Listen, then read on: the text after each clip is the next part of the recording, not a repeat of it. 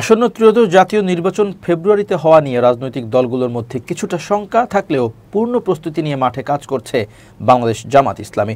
জনকণ্ঠের Israfil ফরাজির report থেকে জানা যায়, প্রাথমিকভাবে ৩০০ আসনে প্রার্থী ঘোষণা করলেও তফসিল ঘোষণার পর চূড়ান্ত প্রার্থী ঘোষণা করতে যাচ্ছে জামাত ইসলামী। দলটির একাধিক সূত্র থেকে জানা যায়, আগামী নির্বাচনে নারীদের জন্য কমপক্ষে ৩ থেকে ৫টি আসন ছাড়তে যাচ্ছে দলটি। পাশাপাশি ভিন্ন ধর্মাবলম্বীদের জন্য আসন ছাড়ার পরিকল্পনা রয়েছে।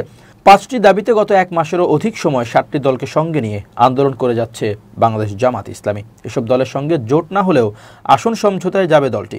ধারণা করা হচ্ছে, ত্রয়োদশ জাতীয় সংসদ নির্বাচনে ২৩০টি আসনে দাঁড়িপাল্লা প্রতীকে নির্বাচনে অংশগ্রহণ করবে জামাত। বাকি ৭০টি আসন বিভিন্ন দলের প্রার্থীদের সহযোগিতা করবে দলটি।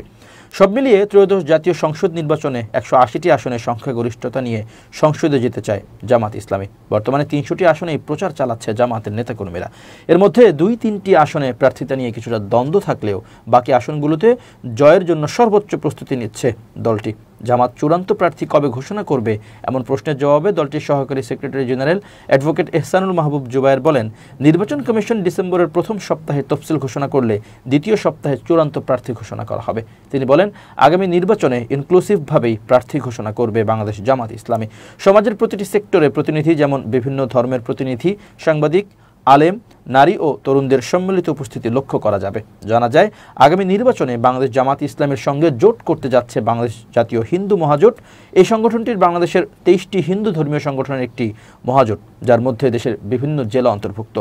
এর বাইরেও রয়েছে বাংলাদেশ জাতীয় হিন্দু ছাত্র মহাজোট, বাংলাদেশ জাতীয় হিন্দু যুব মহাজোট, বাংলাদেশ হিন্দু মহিলা মহাজোট, বাংলাদেশ হিন্দু স্বেচ্ছাসেবক মহাজোট। বাংলাদেশে ইসলামের রাজনৈতিক দলগুলোর মধ্যে সর্ববৃহৎ রাজনৈতিক দল মনে করা হয় জামাত ইসলামীকে।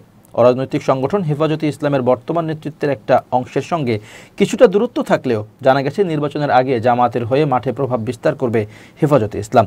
সুন্নিদের কয়েকটি সংগঠনের সঙ্গে জামাতের মতাদর্শগত পার্থক্য থাকলেও বড় একটি অংশ যুক্ত হতে যাচ্ছে জামাতের সঙ্গে।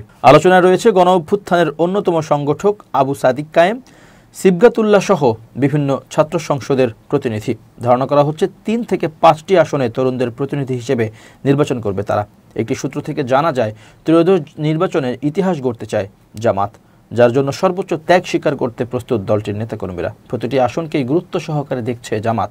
গত ১৫ মাসে অভ্যন্তরীণ ৩টি জরিপ সম্পন্ন করেছে দলটি। তাদের জরিপের তথ্য মতে দলটির পক্ষে ব্যাপক জনসমর্থন বৃদ্ধি পেয়েছে বলে জানা যায়। দলীয় জরিপের বাইরেও স্বতন্ত্র স্থানীয় ও আন্তর্জাতিক সংগঠনের মাধ্যমে জরিপ চালিয়েছে জামাত। প্রতিটি তথ্যেই জামাত চমক দেখাতে পারে বলে মনে করছেন তারা।